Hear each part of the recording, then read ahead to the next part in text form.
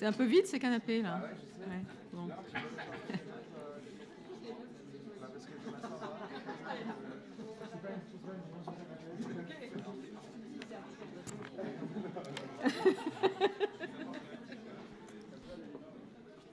Les membres du jury peuvent se mettre sur les canapés. C'est l'idée, mais bon, allez-y. Je vous rappelle que vous êtes membre du jury. Bien. Écoutez, je crois qu'on va pouvoir commencer cette cérémonie de remise du premier prix du roman d'écologie. Donc, j'ai été qualifiée de maîtresse de cérémonie par mes amis du jury. Donc, voilà, on va faire ça d'une manière extrêmement peu institutionnelle. Je crois que c'est ça l'idée. Mais pour commencer, je vais d'abord vous remercier d'être tous présents ce soir. C'est un véritable plaisir d'être ici à la Gaîté Lyrique, dans cet auditorium. On est au bout d'un processus qui a duré 1 an, avec énormément de travail bénévole autour d'un jury composé d'une vingtaine de personnes, avec des partenaires assez divers. Donc, je vais les remercier, parce que vraiment, ça a été une véritable aventure.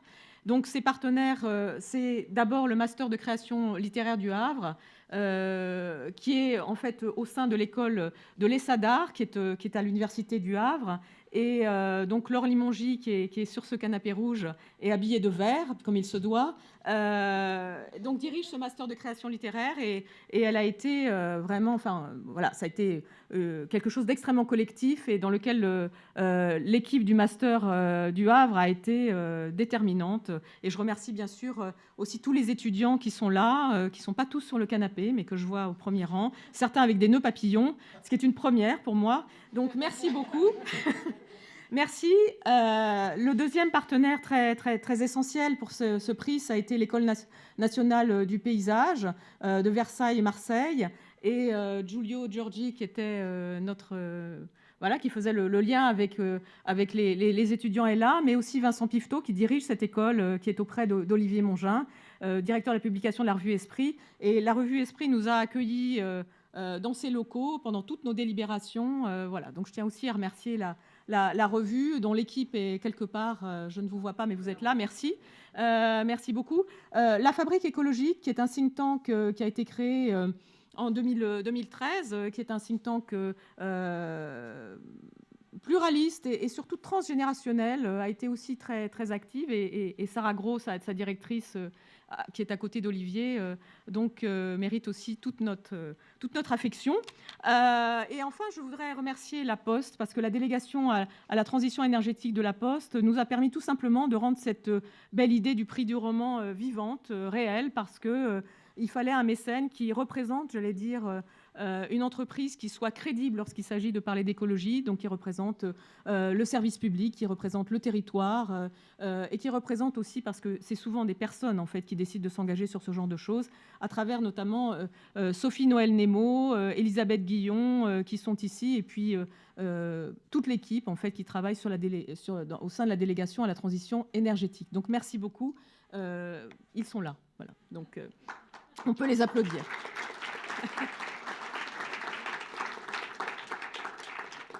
Bon, écoutez, je ne vais pas être très longue après ces remerciements, mais je pense que ce qui est important, c'est que vous sachiez que d'abord, vous ne connaîtrez le lauréat qu'à la fin, qu'ensuite, nous avons délibéré cet après-midi et qu'il n'y avait donc pas d'embargo. On est dans un processus en live, si je puis dire, et que nous avons décidé d'organiser cette cérémonie de remise du prix autour d'une alternance d'interventions sur le contenu, parce que je crois qu'il faut quand même définir ce qu'est un roman d'écologie et comment est-ce qu'on a procédé, et en même temps des extraits des six livres qui avaient été sélectionnés, de façon à montrer, au fond, à travers ces lectures, dont certaines seront en musique, à travers ces lectures, comment est-ce qu'on voyait apparaître l'écologie dans ces romans. Voilà, donc ça sera cette alternance qu'on va essayer de rendre palpitante. Donc voilà, on va commencer avec Richard Tersey, qui va, par une lecture, en fait, qui va nous lire un extrait de Sauf riverain d'Emmanuel Pagano, qui a été publié aux éditions POL. Voilà. Richard, je te laisse lire.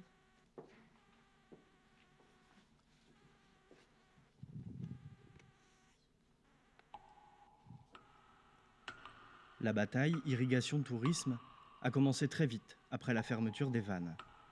L'engagement de fournir de l'eau aux agriculteurs en période estivale semblait inconciliable avec le tourisme, pour lequel le lac devait être propre et plein.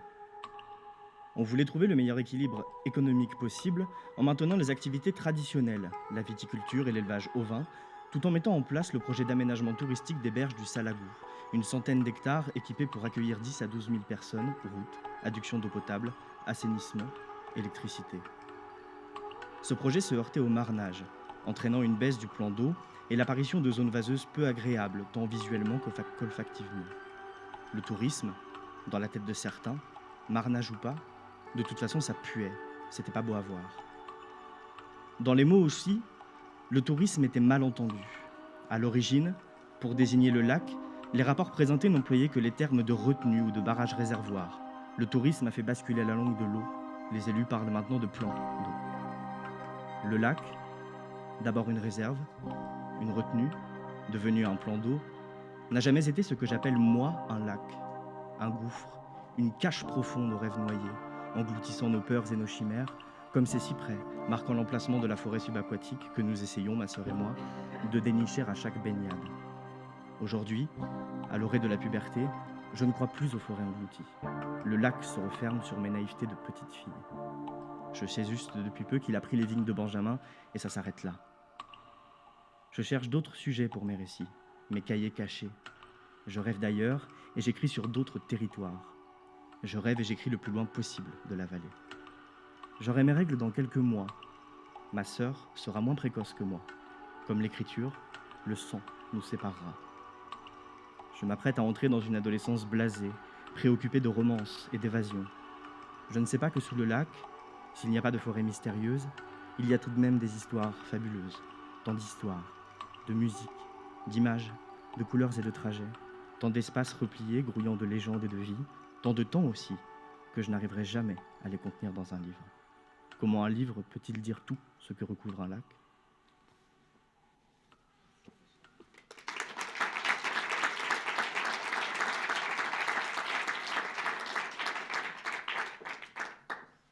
Bien, et après cette lecture très émouvante, Alexis Génie, qui est membre du jury, va essayer de répondre à une question. Est-ce qu'il est possible d'avoir un nature writing à la française ?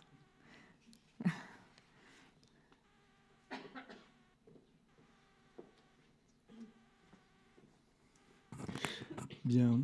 Alors, c'était un sujet, en fait, très complexe et très large qu'on n'a pas tout à fait encore résolu. C'est-à-dire, qu'est-ce que c'est qu'un roman d'écologie ? Et bon, il y a toute une part qui sera traitée par d'autres que moi, mais moi, ce qui m'avait intéressé dans cette idée de roman d'écologie, c'était plutôt l'aspect écriture de nature, en effet, comment essayer de traduire ce nature writing. Ce qui m'intéressait, c'était que le prix puisse identifier, peut-être discerner et promouvoir un champ littéraire particulier qui est assez peu visible dans la littérature francophone, en tout cas la littérature francophone de France.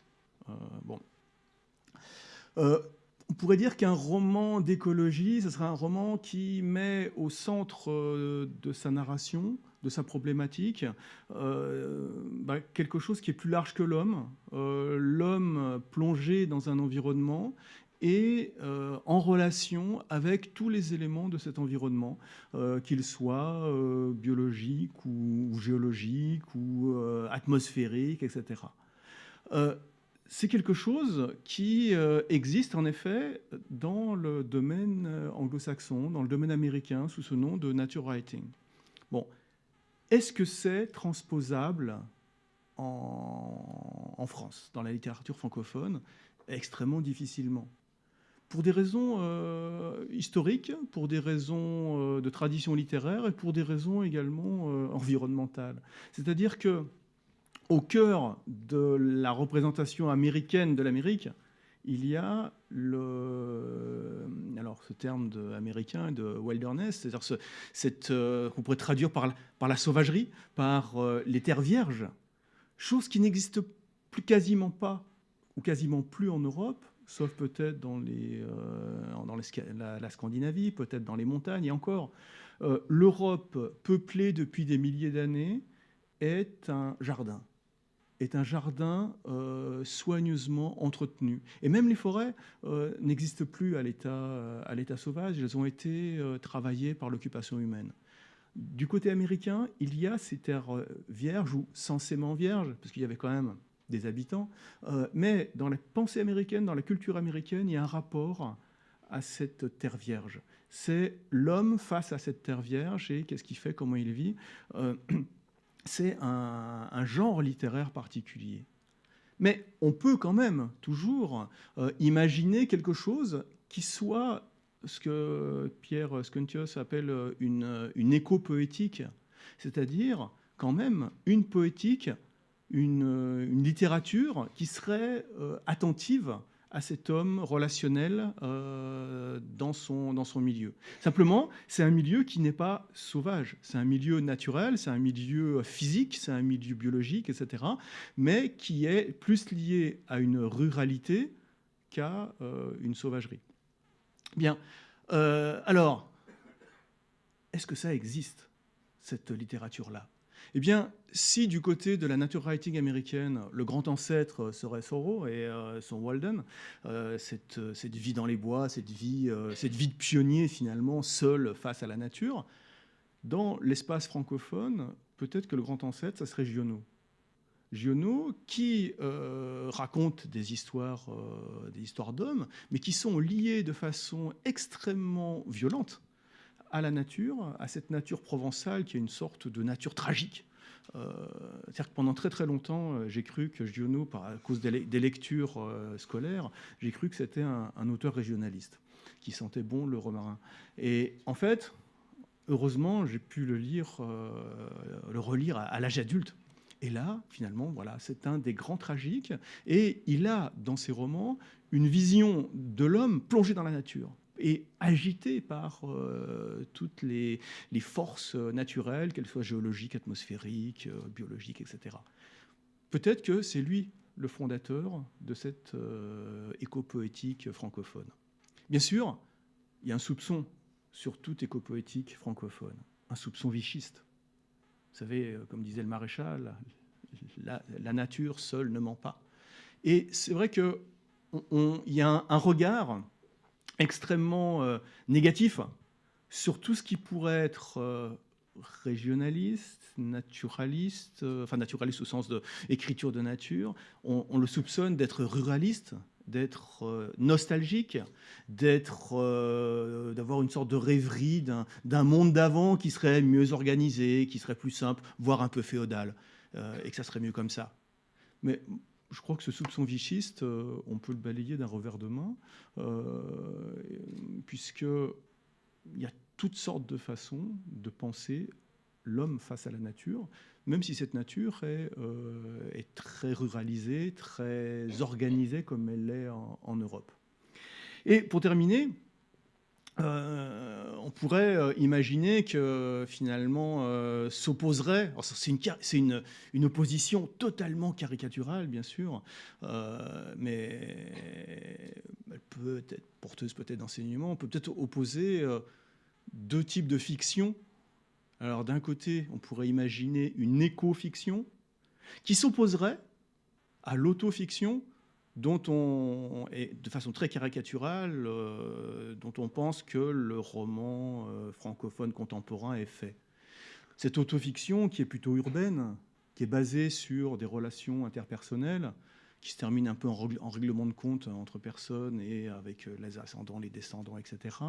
On peut l'opposer à cette éco-fiction qui s'ouvrirait plutôt à, non pas à l'universel, mais à l'univers, qui serait une écriture sensible de la nature ou de l'environnement naturel pour essayer de le percevoir non pas par ce qu'on en a déjà écrit, mais par ce qu'on en sent. Et puis, qui serait peut-être, plutôt que d'en appeler à une sorte de repli sur un monde humain, qui s'ouvrirait à peut-être une raison d'espérer que l'homme ait encore une place dans cette planète qui est la nôtre. Donc voilà, théoriquement, quelque chose d'une écopoétique francophone est possible, mais où elle est? Eh bien, elle est dans des écrivains tout à fait dispersés, qui n'ont jamais fait mouvement, qui ne font pas genre, qui, chacun dans leur coin, écrivent quelque chose de ce genre-là. Alors, j'en ai parlé, mais également un Jean-Loup Trassard écrit cette éco-poétique, un Pierre Gascard, un Hubert Mingarelli, et puis ceux que nous avons sélectionnés dans la première liste de sélection de ce roman d'écologie. Et nous espérons, par ce biais-là, identifier quelque chose qui serait une écriture de nature à l'européenne et à la française, qui nous paraît importante et nécessaire. Alors, bien sûr, tout ceci a aussi un volet politique, pas que poétique, mais ça, le volet politique, un de mes camarades en parlera bien mieux que moi.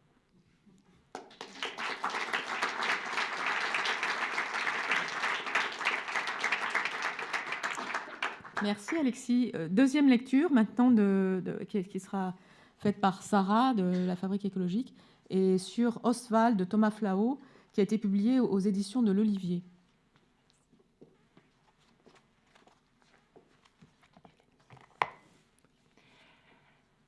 Le soleil se couche et la base nautique est noyée dans un ciel rose. Le bois verni du ponton brille comme une langue de glace suspendue au-dessus de l'étang. Ça sent les égouts, la marée basse. Je me déshabille malgré tout et je plonge. Le contact de l'eau glacée me coupe le souffle. Je nage, un crawl musclé. Mes mains disparaissent dans des remous émeraudes. Je rentrerai bientôt au gymnase. Félix sera là, nous serons gênés. Nous serons pris de regrets, nous n'aurons rien à nous dire, peut-être pendant quelque temps. Et puis, tout s'arrangera. Mes bras fatiguent. Ma respiration se fait toujours plus courte. Je bois de l'eau chargée de brisures d'algues, mais je continue de nager. La rive n'est plus très loin. Les conteneurs bleus de l'autre côté de l'étang ne se différencient entre eux que par leur peinture, plus ou moins passée, leur tôle, plus ou moins rouillée. De la plage de Galets, où hier soir se déshabillaient les gosses, on les voit bien. Ils sont disposés en cercle sur le parking, comme les roulottes des pionniers dans les campements des bandes dessinées, placés là, en muraille, pour se protéger des Indiens qui rôdent à l'extérieur, les sabots de leurs mustangs remuant le sable du désert de Mojave. Mais ici, les Indiens sont à l'intérieur du cercle, avec les cow-boys qui les gardent. Leurs ombres passent furtivement entre les baraquements. Leurs voix me parviennent indistinctes, aussi indéchiffrables que des murmures. Un cri. Puis le vacarme des Indiens grossit, traverse l'étang et rejoint la plage où quelques vieux attendent, profitant allongés sur des transats des derniers rayons du jour. Ils se lèvent, s'approchent lentement de l'eau. D'autres réfugiés se mêlent à eux. Ils contemplent l'autre rive. Un homme surgit en courant sur le chemin de gravier qui mène à la forêt. Il est poursuivi par 2 flics. L'un d'eux, le bras en avant, lance dans l'air et dans un bruit électrique une pince reliée à son poing par un mince fil en tire-bouchon. Le taser s'accroche aux fesses du prisonnier, qui tombe en gémissant. Le tireur se rue sur lui. L'autre flic arrive en marchant. Il vise lentement ce ver qui se tortille sous le poids de son collègue. Et tire. La tête du prisonnier frappe le sol. Il convulse, glapissant comme un petit animal. Sur la plage, les spectateurs applaudissent.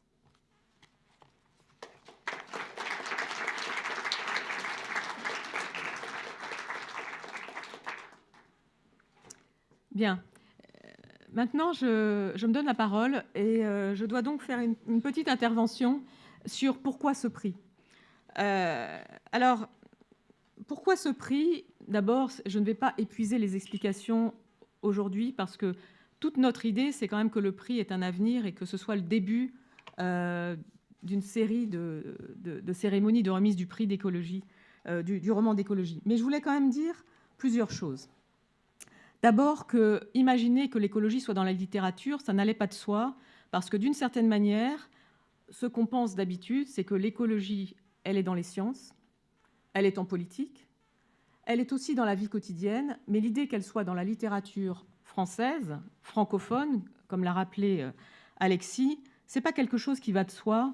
Et d'une certaine façon, organiser ce prix, l'imaginer, c'était un défi que nous avons porté ensemble avec Dalibor Friou, qui est écrivain, qui est engagé sur les causes écologistes comme moi. Mais on avait l'intuition que ça pourrait exister, des romans d'écologie, mais on n'en avait pas la certitude. Donc je voulais dire une chose, c'est que c'était quand même une prise de risque, c'est-à-dire qu'on ne savait pas. Et ce qui est très intéressant, c'est qu'on avait l'intuition que ça pourrait exister pour plusieurs raisons.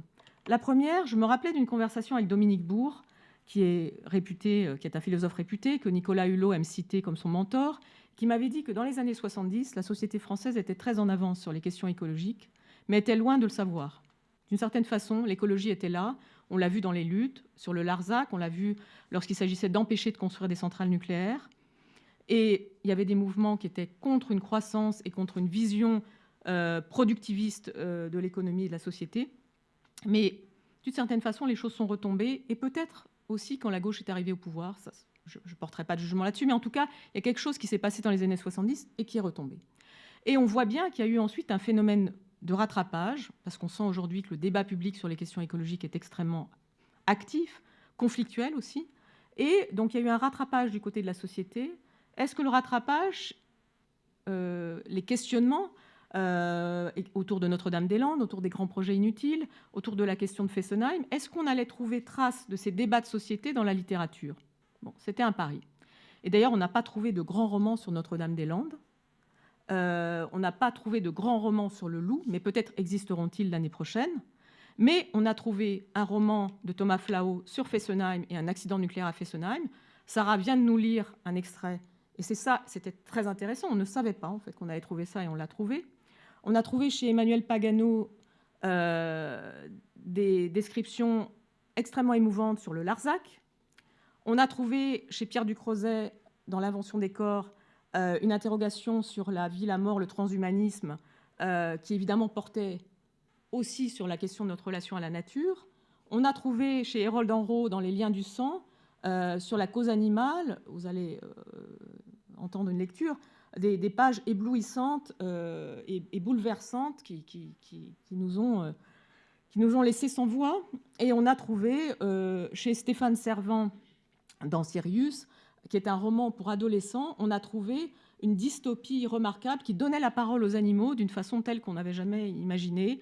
Et puis, dans La fonte des glaces de Joël Baquet, c'était presque le plus évident sur la question du réchauffement climatique, on a trouvé une sorte d'ironie avec un retraité qui tombait amoureux d'un manchon empaillé et ensuite une description d'un commerce d'icebergs, de l'eau des icebergs, qui décrivait au fond le capitalisme fou. Donc on a trouvé des romans d'écologie, mais je voulais dire que c'était une démarche osée et qu'on n'était pas sûr qu'on allait trouver quelque chose. D'ailleurs, certaines personnes m'ont dit « vous ne trouverez peut-être pas ».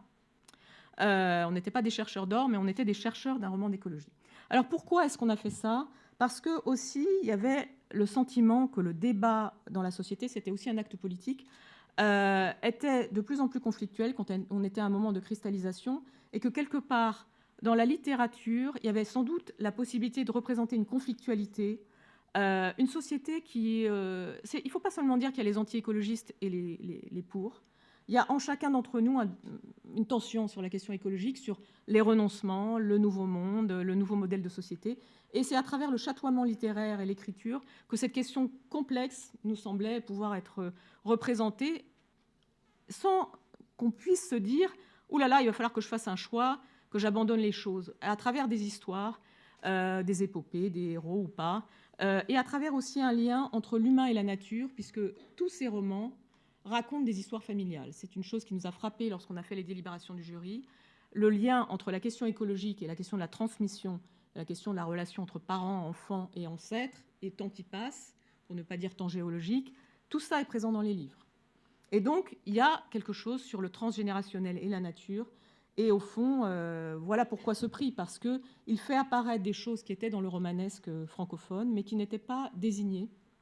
qui n'étaient pas rendues visibles. Et on a voulu en fait rendre visibles ces interrogations, s'apercevoir aussi à travers, quand on a interrogé certains universitaires, que Romain Gary était un écrivain écologique ou écologiste, je ne sais plus quoi dire, si c'est écologiste ou écologique, que la science-fiction, évidemment, nous a bercé d'une forme de réflexion sur la planète sans qu'on l'ait qualifiée par rapport à cette question écologique, et donc s'apercevoir à travers ces nouveaux romans qu'au fond, l'écriture écologique existait sans qu'on l'ait forcément, sans qu'on s'en soit aperçu. Voilà, donc c'était aussi une manière de se replonger dans une histoire de la littérature, pas seulement de dire regardez ce qu'on a découvert, c'est nouveau. On est aussi dans une manière de revisiter nos catégories, et c'est ça que ce prix essaie de faire. Merci.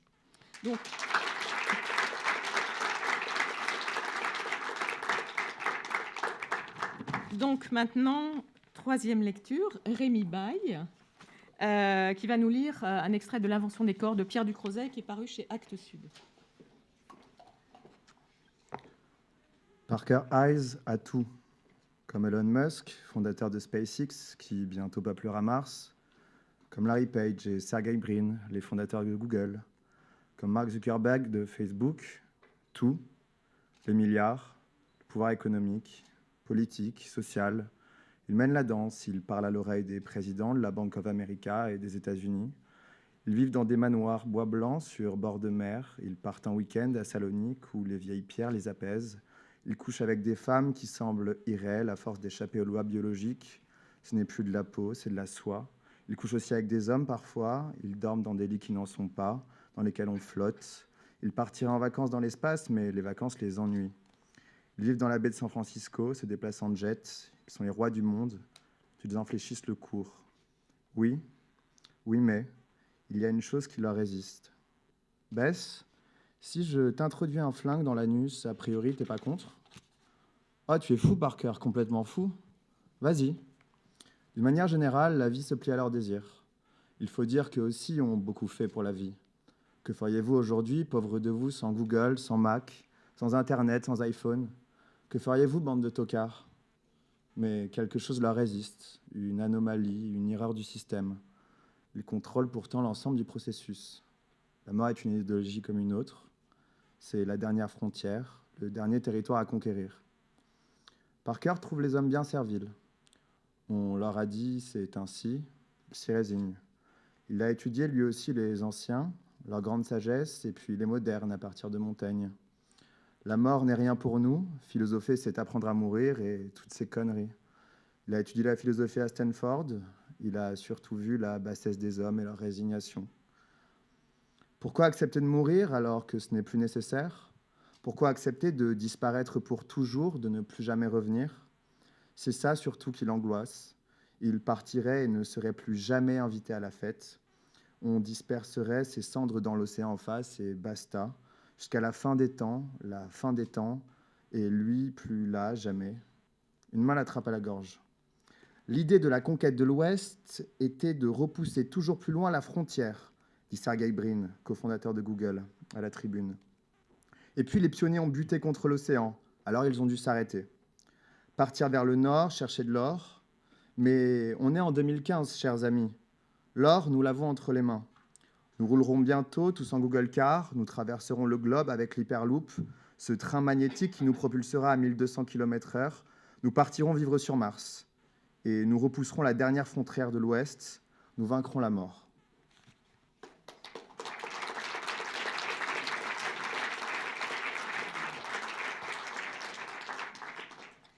Merci beaucoup, Rémi. Dalibor Friou, il va nous parler de qu'est-ce qu'un roman d'écologie.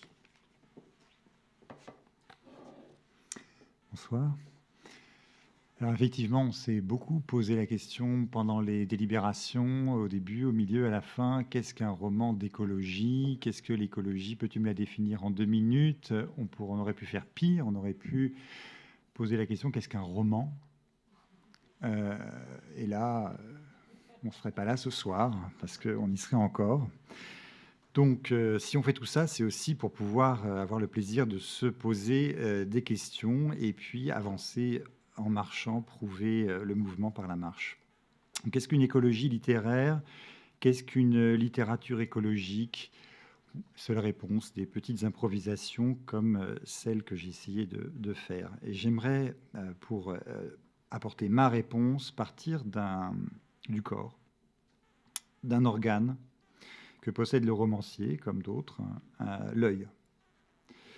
L'œil du romancier, il est constitué comme tous les autres. Il est tapissé de cônes sensibles aux couleurs, à la lumière intense, et puis de bâtonnets qui sont plus nombreux et sont, eux, sensibles à la lumière de faible intensité, mais qui ne perçoivent que des niveaux de gris. Les cônes sont surtout présents dans la zone centrale de la rétine, mais très peu nombreux à la périphérie. Les bâtonnets, si vous me suivez toujours, sont, eux, absents au centre. Je parle de l'œil de n'importe qui. Les bâtonnets sont, eux, absents au centre et très nombreux à la périphérie. Tout ça a des conséquences très importantes. Au grand jour, la mobilité de l'œil dans l'orbite nous permet de balayer du regard ce qui nous intéresse, d'obtenir à la fois la plus grande acuité et la plus grande luminosité. Nous naviguons entre le point le plus net du champ visuel, qui fait un angle de 2 degrés dans chaque œil, puis l'ergorama, 30 degrés du champ visuel dans chaque œil pour la perception des formes, et le panorama, 70 degrés dans le champ visuel pour la perception des mouvements. Mais comme vous le savez, le présent du grand jour, où l'œil se promène en toute liberté, c'est l'exception. L'univers, il est d'abord fait d'obscurité. Et de fait, il fait vite sombre, il fait vite nuit. Chacun le sait, quand sous un ciel étoilé, il faut soudain attendre 10 à 20 minutes pour tout voir. La pupille s'ouvre progressivement. Elle est alors capable d'absorber 16 fois plus de lumière qu'au grand jour. Les bâtonnets commencent à percevoir la lumière la plus faible qui soit. Des étoiles naissent dans nos yeux. Si on veut les voir plus lumineuses, il faut regarder avec les bâtonnets de biais. En somme, regarder à côté de son regard, à côté de la zone de netteté. Il faut choisir donc entre netteté et luminosité. Même si on a imaginé toutes les créatures du zodiaque, dans ce ciel étoilé, il n'y a plus vraiment de forme pour l'ergorama, et les mouvements sont très lents, imperceptibles au panorama. Alors j'imagine mon romancier d'écologie allongé par terre, la nuit sous un ciel d'été. La lumière dans ses yeux vient de très loin. Comme tout le monde, il sait que beaucoup d'étoiles dont il reçoit la lumière sont déjà mortes. Il sait que les éléments qui constituent son corps sont nés dans les étoiles, mortes ou pas. Comme tout le monde, il va ensuite se coucher, revenir au grand jour. Mais pendant ce temps, les étoiles seront toujours là, masquées par la plus proche d'entre elles, la nôtre, le soleil. Et comme tout le monde, le soir suivant, il reviendra en ville et il regardera droit devant lui. Mais les étoiles seront toujours là, masquées par le halo permanent des éclairages artificiels et de la pollution lumineuse. Alors si mon romancier commence à écrire à partir de cette expérience, un roman d'écologie est possible. Une attention à l'élément le plus infime, le plus éloigné de notre oikos, de notre maisonnée fondamentale, de ce qui rend notre existence possible. Cela commence par les étoiles qui imposent des contorsions à notre regard et proposent leurs fantômes. Mais dans nos vies, il ne fait pas seulement sombre, il fait trop grand, il fait trop petit, il fait futur, il fait passé, il fait trop lent, il fait trop vite. Les étoiles sont les premières à nous dire que l'espace, c'est du temps. Il y a donc après les étoiles une masse de périphérie qui nous conditionne, mais que nous nous ingénions à oublier, obsédés par la plus grande lumière, la plus grande netteté, l'action, l'utile, la survie. Et nous aimons voir nos silhouettes se détacher du monde pour célébrer nos exploits, notre verbe, nos victoires. Un roman d'écologie serait le récit qui nous reconduit dans les périphéries qui nous nourrissent, qui nous montre qu'elles sont en réalité des enveloppes où peuvent se diluer notre orgueil et notre suffisance. Un récit qui nous rappelle que l'humain n'est qu'une variété très rare du vivant et la vie une variété très rare de la mort. Que notre figure humaine est aussi bien géologique que mythologique, un morceau de matière à la fois dérisoire et immense, traversé de flux et d'origine, une jarre de sang dont la salinité est identique à celle des océans. À l'heure où s'effondrent les populations d'oiseaux, d'insectes, où les sols s'appauvrissent, où les ressources s'épuisent, où le climat devient chaotique, où certains cherchent à fuir dans le transhumain, à l'heure où l'écologie se réduit toujours davantage à un grand récit oppressant qui nous embarque tous, que nous le voulions ou non, J'attends, moi, 10, 100 romans d'écologie qui nous redonnent l'idée de notre liberté, nous sensibilisent, nous effraient, nous rassurent, nous émeuvent, nous recentrent sur la biosphère, qui fassent parler la nature, questionnent nos limites, envisageant les plus grandes catastrophes et les plus petites sensations. Tout ce qui nous sort de nos huis clos anthropocentrés. Comme dans Moby Dick de Melville, où le destin prend la forme d'un cachalot blanc, comme dans Les Racines du ciel de Gary, où la défense des éléphants devient défense de l'honneur de l'humanité. Je rappelle que Les Racines du ciel a eu le prix Goncourt à l'époque. C'était le premier grand roman écologique identifié tel quel dans la littérature française contemporaine.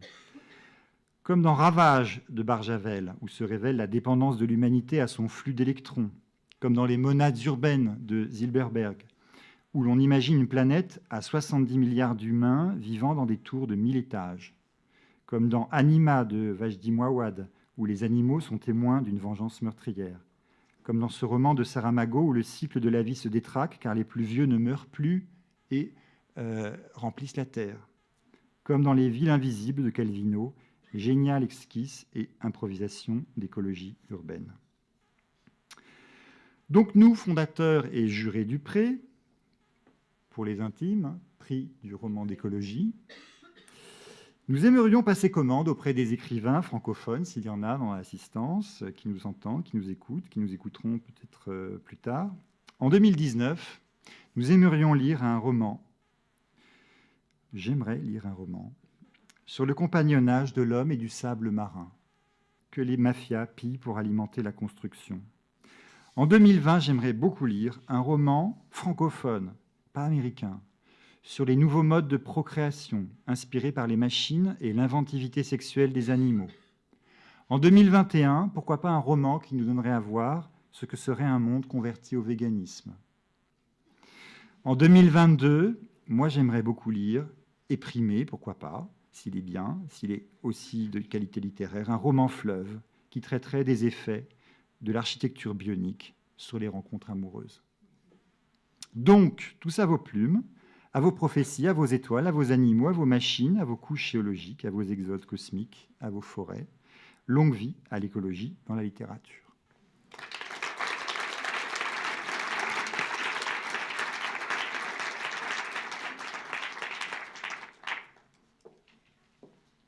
Merci beaucoup, Dalibor. Et c'est Lisa Saporita qui va nous lire maintenant un extrait de Sirius, donc de Stéphane Servant, paru aux éditions du Rouergue.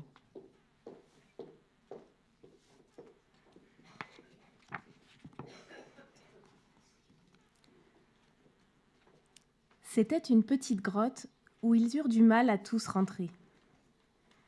Un lieu obscur qui sentait l'humidité, la boue, et qui portait encore la mémoire des animaux qui avaient un jour vécu là.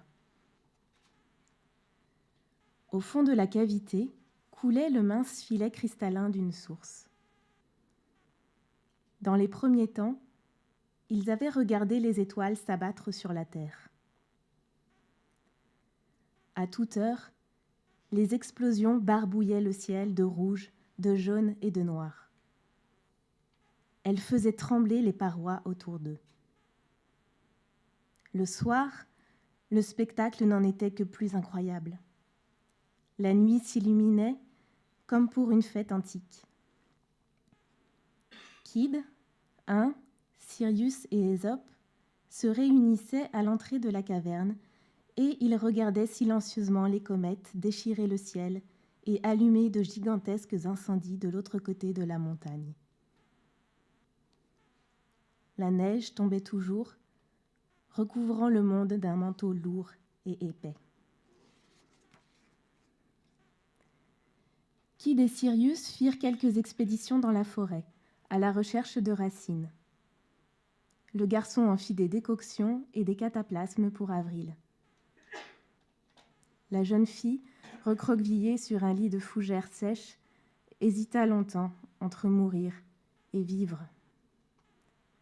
Ses rêves étaient parcourus par une sarabande où les danseurs portaient tous des masques d'animaux. Kid ramassa du bois pour entretenir un feu maigre qui les faisait tousser et qui les réchauffait à peine. Bientôt, le ciel tout entier se drapa de noir et la neige vint boucher l'entrée de la caverne. Un interstice dans la voûte laissait couler sur eux un filet de lumière. Ils se devinaient plus qu'ils ne se voyaient. Ils ne mangèrent plus, se contentant de boire à même la source, bouche et museau tendus.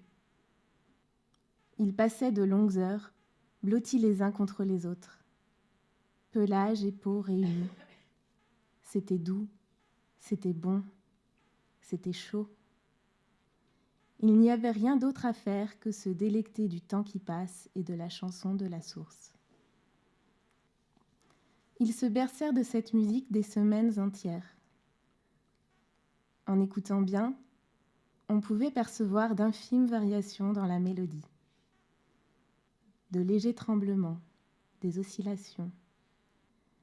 Comme un sismographe qui aurait enregistré le chant ténu du monde au dehors de la grotte. On aurait pu croire à un requiem. Les incendies, les inondations, les tremblements de terre, les glissements de terrain et les centaines de vies qui s'éteignaient une à une.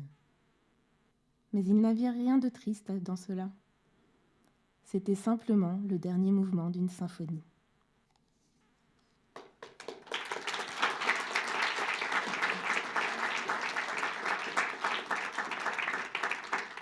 Merci beaucoup, Lisa. Je passe maintenant la parole à Laure Limongi.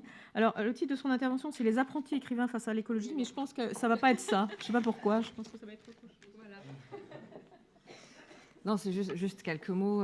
Déjà, pour vous dire qu'on est très heureux à l'issue de ce processus qu'on vous a un peu décrit de vivre ce moment avec vous, parce que c'est un moment qui va être très émouvant pour nous tous. Vous l'aurez compris, il y a une dimension de recherche là-dedans. C'est voilà, comment est-ce qu'on va cerner cet espace du roman d'écologie. Et je voudrais remercier Lucille Schmitt d'Alibor Friou et puis toute l'organisation, la revue Esprit qui nous a aussi accueillis très aimablement pendant toutes ces délibérations et tous ceux qui ont œuvré, notamment Rémi, qui est notre indispensable cheville ouvrière, j'allais dire, mais voilà, qui a permis à tout ça de tenir pendant quasiment une année, parce que c'est une très belle chose, je pense, aujourd'hui, de pouvoir se mettre au travail de façon collégiale avec des gens plus ou moins spécialistes, entre énormes guillemets, d'autres pas du tout, de champs divers, des étudiants qui sont dans un état d'émergence de leur propre écriture et d'une réflexion littéraire. Et je trouve que c'est très important aujourd'hui de pouvoir vivre de tels moments et très précieux. Donc merci d'avoir organisé ça. Donc pour ma part, moi je suis écrivain et je m'occupe du master de création littéraire du Havre, comme ça a été rappelé, qui est donc cohabilité par l'ESADAR et l'Université du Havre. Et effectivement, j'ai remarqué que cette dimension de l'écologie, en tout cas cette attention à la nature, à l'homme dans la nature, cette réflexion sur l'incidence que peut avoir la figure humaine au sein de la nature est vraiment quelque chose d'important, effectivement. Alexis Fini l'a rappelé, il y avait une sorte de courant autofictionnel qui était très présent il y a quelques années, mais je trouve qu'aujourd'hui, il y a davantage quelque chose de l'ordre d'une réflexion sur l'incidence qu'on peut avoir au sein d'un environnement, quel qu'il soit. Vous l'avez compris, on en reparlera, ça a des formes effectivement très diverses. Ça serait trop facile de pouvoir mettre une sorte de tampon pris du roman d'écologie sur les choses, mais non, évidemment, c'est plus complexe que cela, tant soit du point de vue des thématiques que d'un point de vue formel, parce qu'évidemment, ce qui nous a aussi intéressé, c'est de voir quelle langue est-ce qu'on invente aussi pour inclure quelque chose de l'ordre de la nature, des animaux, des réflexions éthiques ou politiques au sein de sa propre écriture. Quelqu'un disait que les romans, c'est un miroir qu'on promène le long d'un chemin. Le problème, c'est que maintenant, il y a des miroirs, il y a des smartphones, et puis il n'y a pas que des chemins, il y a des autoroutes, il y a beaucoup de choses, il y a des friches. Bref, donc tout ça est à étudier et à accepter et à lire. Alors, je voudrais aussi, pour terminer, parler des étudiants qui font partie du jury. Donc, on en a évidemment tous parlé. Il y a une trentaine d'étudiants en tout au master de création littéraire. Il y en a certains d'autres qui sont là dans la salle aussi, puis des diplômés qui sont venus aussi ce soir. On en a évidemment tous parlé ensemble, mais 5 étudiants, plus spécifiquement, sont venus en tant que membres du jury et donc ont très soigneusement lu les livres et travaillé. Il y a Richard Turcé, que vous avez entendu lire, qui a lui aussi coordonné l'action auprès des étudiants. Anne Naubert, que vous allez entendre lire un extrait. Valentin Savoie, Pierre Autexier, Thomas Vigneault. Donc voilà, tous les 5 ont vraiment pris ça très à cœur, travaillé sur les ouvrages et échangé avec tous les autres membres du jury. Donc je vous remercie et je vous souhaite une bonne soirée.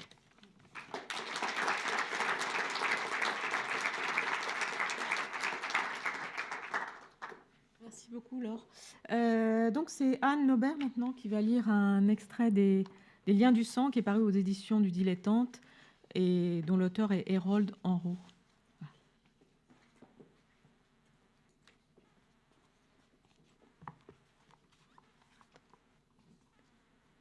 Les animaux ont tous la tête dans le sens de la marche.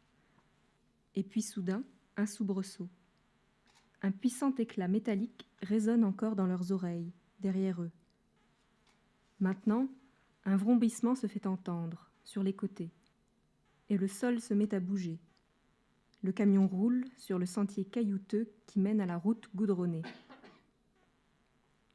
Lors du transport, la bousculade à l'intérieur du camion déséquilibre les vaches situées aux extrémités.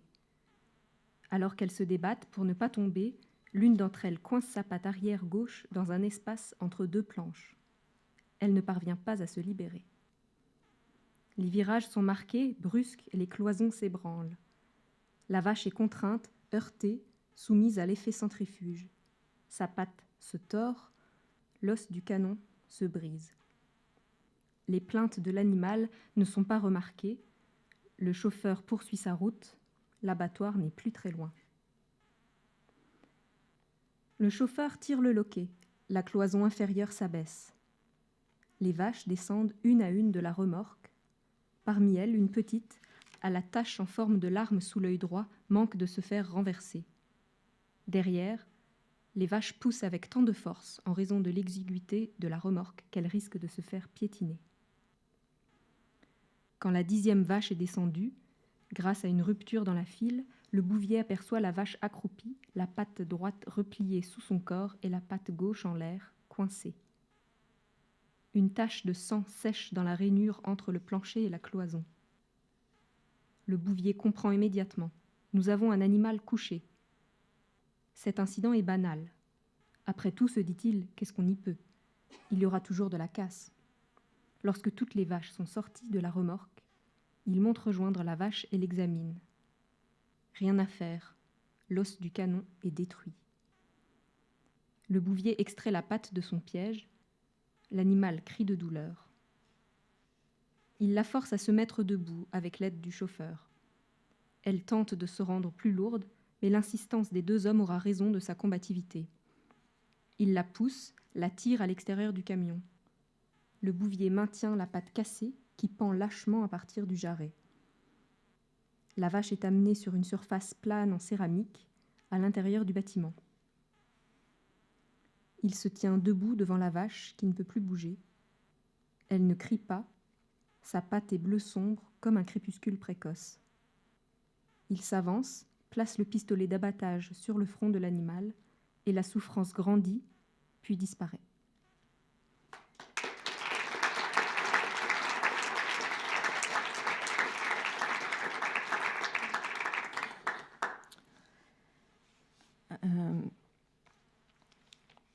Excusez-moi, je suis assez émue par ce texte. Merci beaucoup, Lisa. Et maintenant, je vais passer la parole à... Je pense que c'est dans cette émotion, vous comprenez la force de la littérature. Je vais passer la parole à Giulio Giorgi, qui va nous parler du prix Vue cette fois du paysage, et aussi, sans doute, du paysage italien. Je ne sais pas. Bonsoir. Donc j'ai eu le plaisir de participer donc à cette initiative en coordonnant l'équipe de l'école de paysage. Donc merci à Lisa, Adèle, Eugénie qui sont ici ce soir, mais aussi à Claire, Thomas et Marie qui nous ont suivis de loin. Quelqu'un est parti en Erasmus, quelqu'un en alternance, mais lire, en fait, ne demande pas d'être présent. On peut partager à distance ses propres opinions, et c'est très agréable. Donc, je vais vous dire 2 mots. D'abord, peut-être sur le lien entre les paysagistes, la littérature et l'écologie, et puis peut-être quelque chose de plus personnel sur le fait de lire la langue française, parce que moi, je suis un immigré italien, en France depuis 8 ans, et ça change de lire dans une langue qui n'est pas la sienne. Donc, les paysagistes, dans leur travail, doivent dealer quotidiennement et concrètement avec les enjeux de l'écologie dans leur projet. Et il arrive aussi que l'écriture devienne un outil de projet. Et à ce propos, j'aimerais bien vous citer un grand paysagiste français qui s'appelle Michel Corajou, qui a écrit « Le paysage est une mémoire et je peux l'interroger. Là, l'imagination et la réalité font un incessant commerce. » Donc, cette phrase reflète bien ce que l'on aurait trouvé dans la lecture des différents bouquins qu'on a pris en compte pour ce prix. Et donc, comme je vous disais, ça m'a ému de lire en français, d'explorer la production francophone de l'année 2017. Et surtout parce qu'au début, je me demandais, mais que pourrait-il bien écrire ce français d'écologique ? En plus, normalement, c'est les Anglais et les Américains qui ont la suprématie sur ce type de sujet, aux yeux d'un Italien, au moins. Et je vous assure que ce parcours m'a permis de faire de belles découvertes. Et je pensais donc à vous citer un compatriote, qui est aussi de mes auteurs préférés. Et je vais vous le citer parce que pour moi, c'est une figure très importante, à la fois parce qu'il était fils d'ingénieur agronome et étudiant lui-même en agronomie. Donc on retrouve sa passion pour les sciences naturelles et humaines dans ses récits, et même sous forme de contes fantastiques. Et puis aussi parce que on dit qu'il était italien, mais en fait il est né à Cuba. Et dans les années 70, il est venu s'installer à Paris, où d'ailleurs il a rencontré Roland Barthes, Pérec, Lévi-Strauss, il a rejoint l'Oulipo. Ça a été un moment très important dans sa vie. Et donc cet auteur, je vais vous citer parce que ça donne un peu l'importance d'acquérir une vision internationale. Donc les romans qu'on a lus, j'espère, seront traduits, ou peut-être ils le sont déjà, et pourront faire parler des auteurs français, même à l'étranger. Donc, et aussi de l'amour pour les sciences naturelles et pour le rapport à la nature et ce volet qu'on retrouve dans l'écologie. Donc l'auteur, c'est bien Calvino, qui a déjà été cité. Et la citation est tirée de « Si par une nuit d'hiver un voyageur ». Et elle dit « Qu'y a-t-il de plus naturel que de voir s'instaurer, grâce au livre, une solidarité, une complicité, un lien entre les lecteurs et la lectrice. Cela veut dire que le livre est devenu un instrument, un canal de communication et un lieu de rencontre. » Donc voilà, j'espère que ça puisse être un souhait pour tous les livres qu'on a choisis et aussi donc pour le gagnant.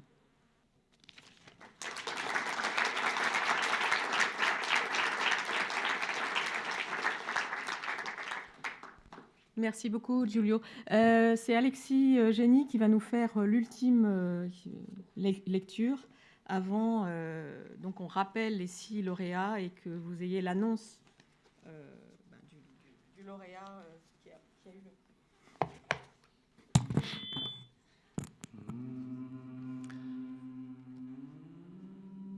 Un manchot empereur le fixait.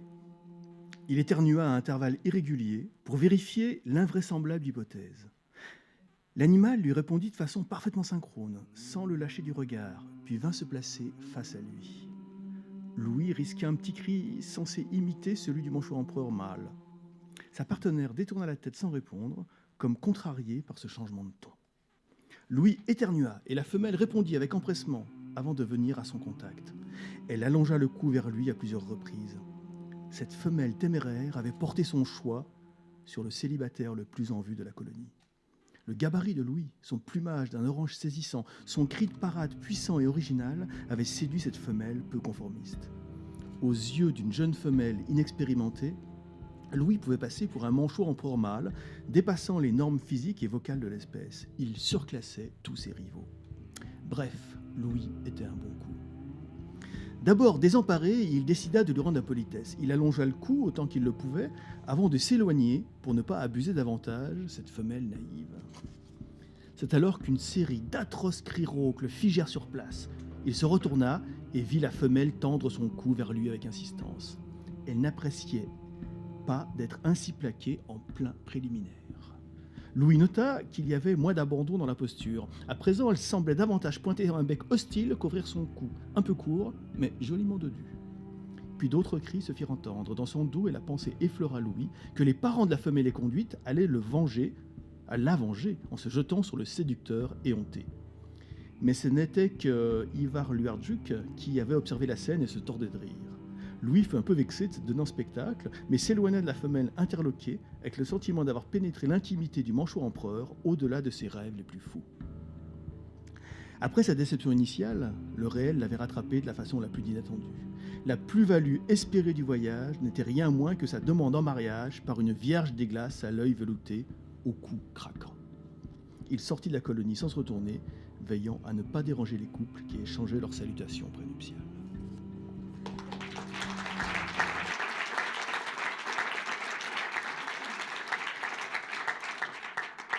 Merci beaucoup, Alexis.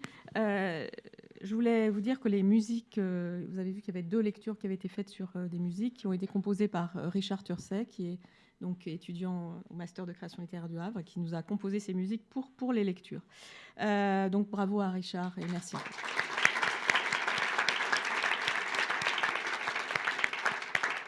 Je vais passer la parole à notre présidente de jury, Alice Vernet.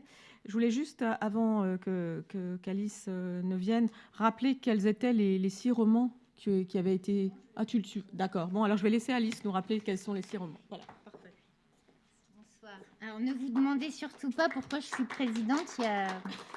Il y a juste Lucille qui a décidé et moi qui ai obéi. Voilà.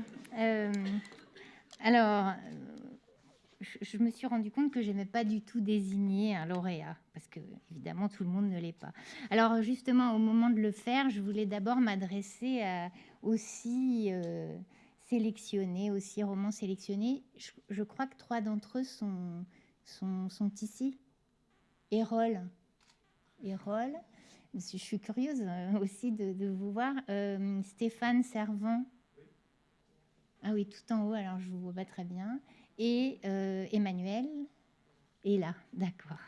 Alors, je voulais d'abord dire que tout le monde était d'accord pour admirer la qualité des 6 romans qui ont été sélectionnés. On les a tous lus avec beaucoup de plaisir et donc on peut les conseiller à tous les lecteurs qui ne sont pas du tout obligés de ne lire que le lauréat, et surtout s'ils sont intéressés par l'écologie. Vous avez pu voir d'ailleurs que les extraits lus, rien n'était rédhibitoirement illisible. Je dirais même que j'ai été très frappée par le fait que chacun de ces 6 romans avait créé un univers, porté un imaginaire, et en y réfléchissant, je trouvais que c'était exactement la première qualité qui caractérise un accomplissement romanesque. Donc on peut dire que ces 6 romans ont réussi à accomplir quelque chose. Et ça me paraît quand même remarquable. Alors, parmi les 6 romans, il y avait 2 premiers romans, qui étaient donc Les liens du sang de Hérol Henrot, né, si je me rappelle bien, en 1982, parce que j'étais curieuse de voir, justement. Et puis, Ostwald de Thomas Flao. L'un est publié au Dilettante et l'autre chez l'Olivier. Alors, pour ma part, je les ai lus en premier avec une certaine tendresse, parce que je trouve que c'est pas rien de publier son premier roman. Et j'ai été très frappée par leur maîtrise. J'ai pas du tout eu l'impression de lire un premier roman, qui aurait les défauts d'un premier roman. Alors, par exemple, Erol Enro, qui a fait pleurer Lucille et moi de même. J'ai envie de dire que j'ai trouvé que votre style était très beau. C'est pour ça que je dis votre date de naissance, parce que ça rend optimiste. On dit toujours donc, que la jeunesse n'a plus de mots. Eh bien, moi, c'est tout le contraire dans Les liens du sang. Dès la première page, je l'ai tout de suite noté. Le vocabulaire est précis, pas du tout pauvre. C'est une prose qui est très rythmée. Et donc, j'ai trouvé que l'écriture était belle.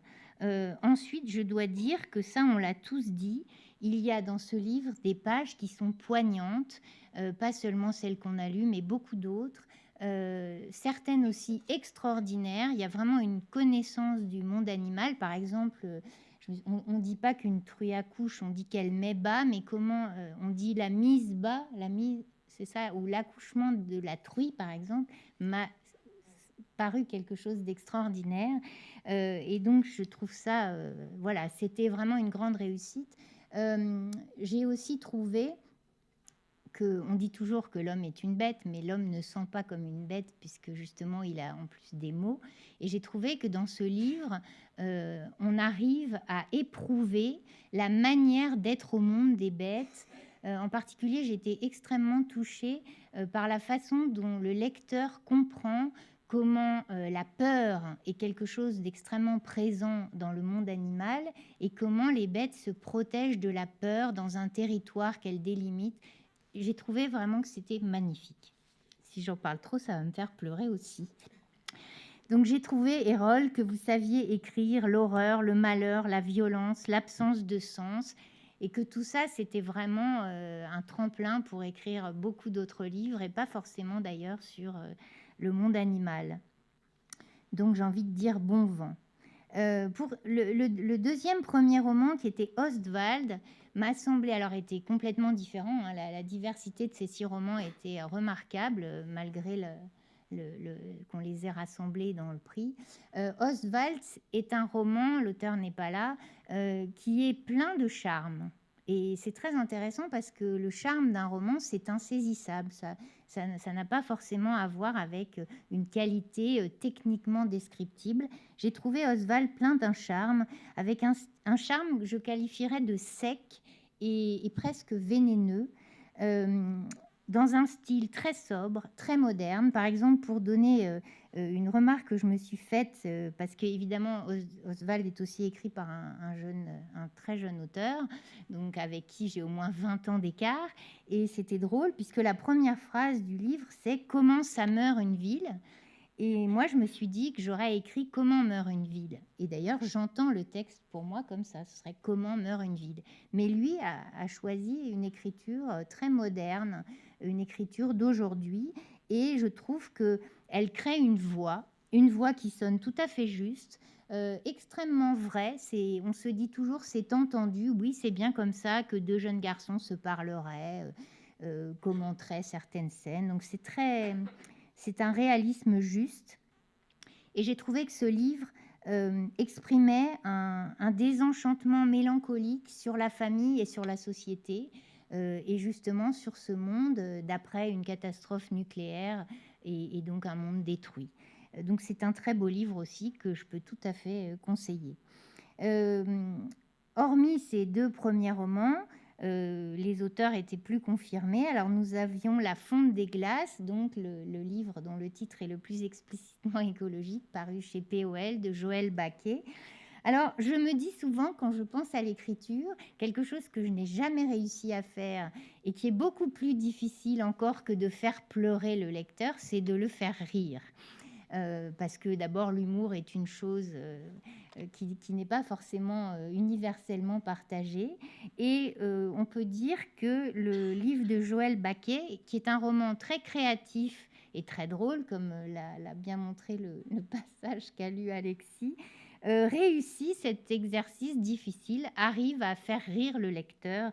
Et sa principale qualité, hein, on est tous d'accord là-dessus, c'était son humour. Voilà. Alors, nous avions sélectionné également un livre qui appartient à la catégorie littérature jeune adulte. Alors, avec ce livre, j'ai fait beaucoup de découvertes. Stéphane, vous êtes là-haut, c'est ça? Alors, d'abord, j'ai donc appris qu'il y avait une catégorie jeune adulte. Ça paraît idiot, mais voilà, je ne le savais pas. Et puis, j'ai également appris ce que c'était qu'un post-ap, c'est-à-dire un récit post-apocalyptique. Et alors, j'ai particulièrement apprécié ce récit post-apocalyptique. Alors, je passerai sur la grande poésie que j'ai trouvée dans ce livre, alors à mettre dans toutes les mains des ados. Hein. Mais alors, nous, les adultes, nous l'avons lu aussi avec beaucoup de plaisir, ce qui était aussi assez inattendu. Et je dois dire, alors c'est un road story, c'est un roman initiatique, c'est aussi comme une sorte d'auto-analyse de certains personnages. Et ce qui m'a le plus plu pour ma part, c'est qu'il nous donne, puisqu'il se place dans un avenir catastrophique, il nous donne à regarder notre monde d'aujourd'hui, à la fois à travers les menaces qui pèsent sur lui et qui, là, l'auront détruit dans le récit, mais aussi comme un paradis perdu. Et je trouve que de tous les romans, c'est celui qui, pour ma part, m'a fait le plus éprouver le caractère impérieux du combat écologique aujourd'hui. C'était vraiment un livre, voilà, d'une grande efficacité pédagogique et qui amenait une prise de conscience de ce qui est en train de se jouer maintenant, puisque le livre arrive à parler quand même de tout, la contamination nucléaire, la stérilité, la destruction des espèces, les guerres qui rendent les territoires inhabitables. Donc tout ça était vraiment... ça m'a beaucoup, beaucoup touchée. Ensuite, nous avions L'invention des corps de Pierre Ducrozet, publié chez Actes Sud, que j'ai beaucoup fréquenté puisqu'on partageait à la même rentrée, et qui est un livre qui nous plonge dans l'extrême modernité, qu'il a voulu composer et écrire d'une manière moderne. Donc le sujet, Internet, le transhumanisme, l'espérance d'immortalité des milliardaires, comme on l'a lu, est traité également dans une écriture qui l'a comparé au rhizome. Mais comme j'ai jamais bien compris, même chez Deleuze, qu'est-ce que c'était que le rhizome, je ne pourrais pas vous en dire plus. Disons que c'est une écriture où la narration est éclatée, circulaire, mouvante. C'est effectivement très moderne dans sa forme et sur le fond. Pour ma part, j'y ai appris vraiment plein de choses sur Internet, donc j'étais extrêmement contente.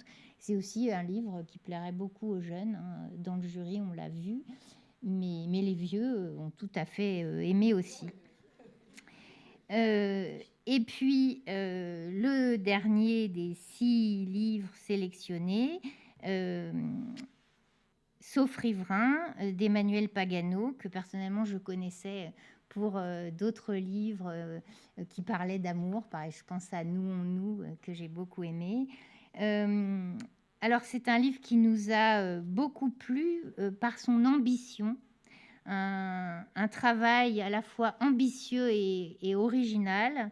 Et nous avons beaucoup aimé l'idée de rapprocher l'histoire de presque une histoire géologique de la Terre, une histoire des paysages français et une histoire d'une famille française inscrite justement sur la terre française.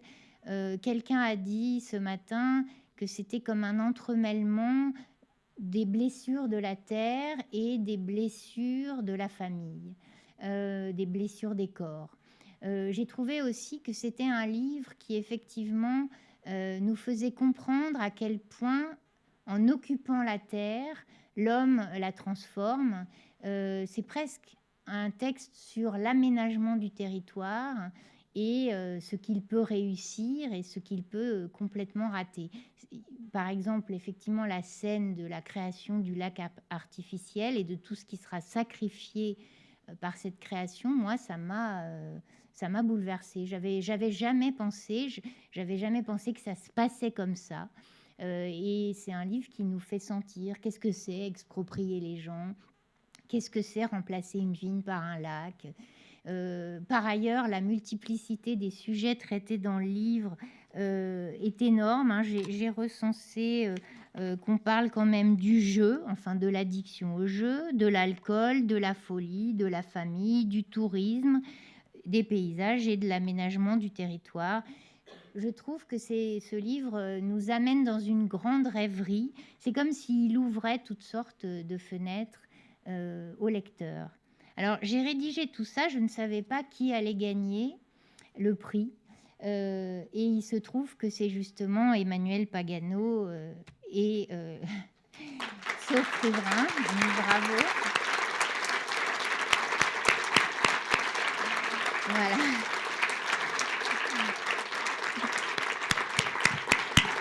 J'ai encore une petite chose à dire. Comme je suis toujours très, empathique, je me suis rendu compte que j'avais envie de dire à ceux qui n'ont pas été appelés que l'ombre me paraissait toujours propice au bon travail. Alors moi qui n'ai jamais de prix, je sais que c'est très difficile, hein, mais non pas de ne pas en avoir. Ce qui est difficile, c'est de les éviter, parce qu'il y a quand même plusieurs milliers de prix en France. Hein. Donc bravo pour ceux qui les ont évités. Je repense aussi à une chose. Je me souviens d'avoir lu il y a très longtemps que Virginia Woolf conseillait aux jeunes écrivains de ne pas publier avant 30 ans.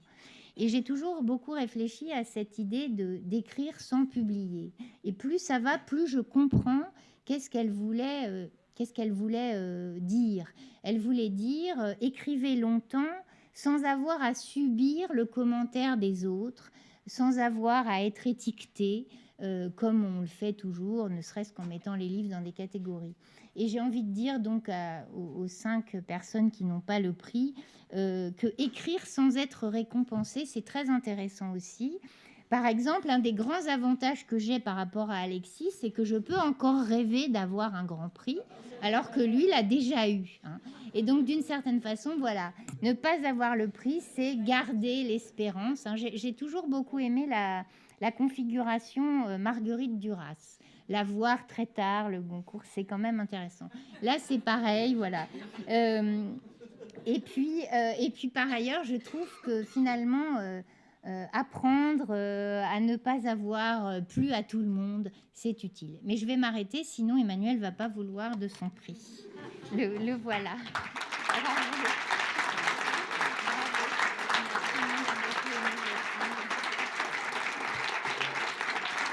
Ah oui, alors attendez, tu vas chercher. Oui, alors, comme on a eu un problème qui était que Sirius est apparu assez vite comme un livre à part à cause de sa catégorie, on voulait lui... Va chercher l'Olivier. On voulait lui donner aussi quelque chose en tant que livre pour la jeunesse, ce qui n'était pas le cas des autres. Tiens, je crois qu'il faut que vous alliez au milieu. Voilà. Donc, Stéphane Servant.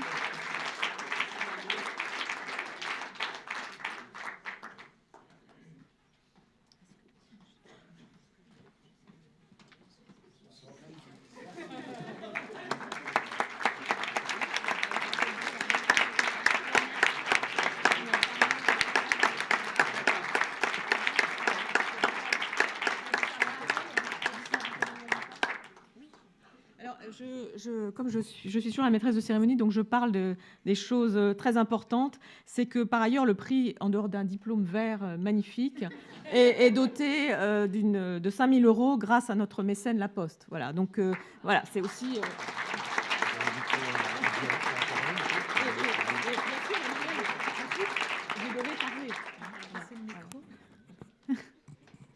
Merci à tous. Alors, j'écris depuis toujours et je ne publie que depuis que j'ai, je sais plus, 32 ou 33 ans. J'écris même depuis avant que je sache écrire. Et voilà, donc peut-être que... Je sais pas. Bon, moi, je suis touchée par ce prix pour plusieurs raisons. Et la première raison, c'est pas une raison très drôle, c'est que c'est le dernier livre qu'a publié mon éditeur, qui, comme vous le savez, est décédé en janvier. Et il devait lire quelques jours après, en fait, la suite de la trilogie.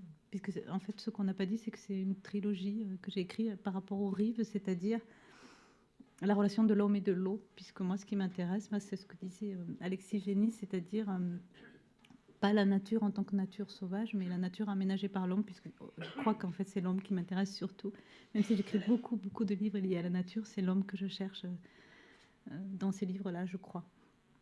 En fait, il y a un an, quasiment jour pour jour, puisque c'était le 9 avril, j'avais été dans un festival à Metz où on m'avait associé avec un écrivain dont j'ai oublié le nom et puis de toute façon je ne vais pas citer.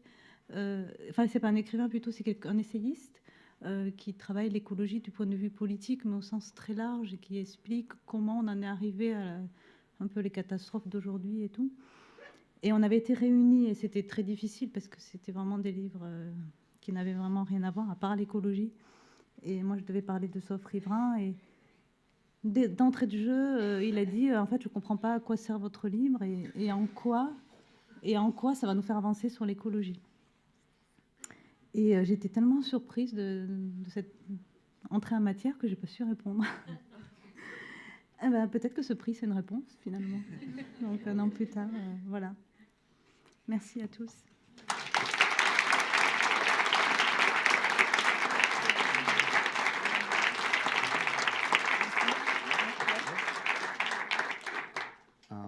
Bonsoir. Alors, un petit mot. Moi, j'ai relevé juste un...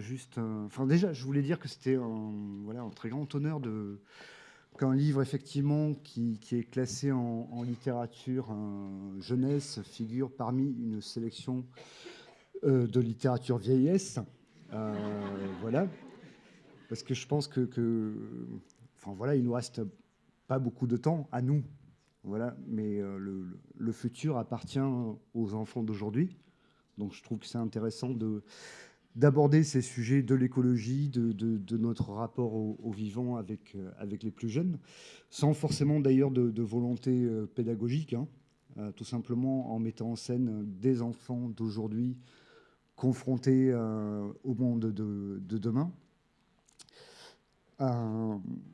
Et puis c'est vrai que voilà, c'est un roman d'anticipation qui met en scène la fin du monde. Donc, a priori, c'est pas très gai.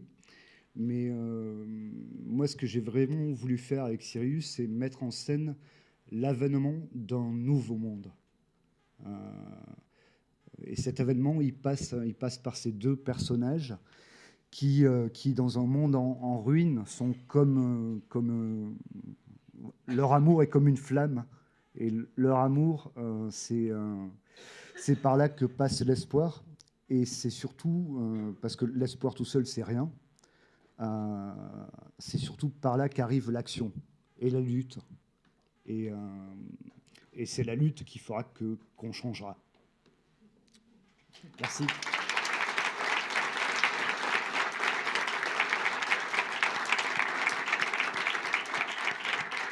Bien.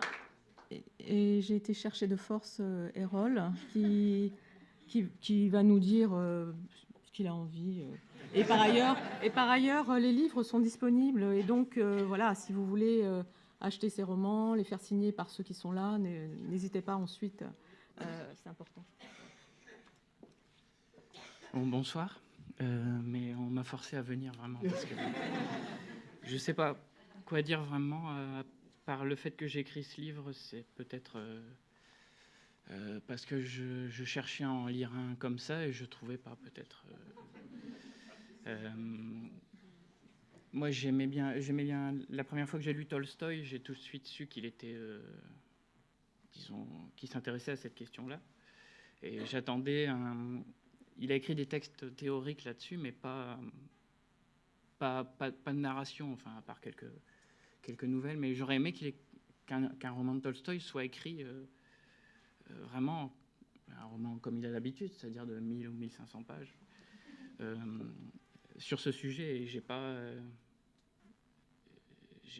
trouvais pas de roman comme ça, donc je me suis dit peut-être que je pouvais essayer d'en écrire un comme ça. Bon, alors c'est un premier roman, je me compare pas à Tolstoï, hein, mais c'est la raison pour laquelle je l'ai écrit. Voilà.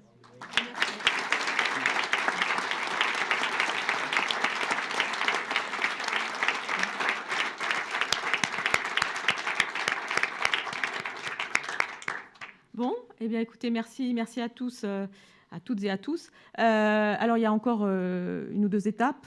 D'abord, si vous voulez acheter les livres, n'hésitez pas, à les faire signer, voilà, achetez-les plutôt. Et puis, il y a un petit cocktail. Donc, voilà, on va boire un coup et manger des petites choses extrêmement bio. Et j'ai vegan, oui, vegan même, d'accord. Ok. Donc, voilà. Et j'espère que j'ai rien oublié, mais c'est pas très grave. Merci à tous. Et le cocktail est en haut et c'est le début évidemment d'un long processus. Merci.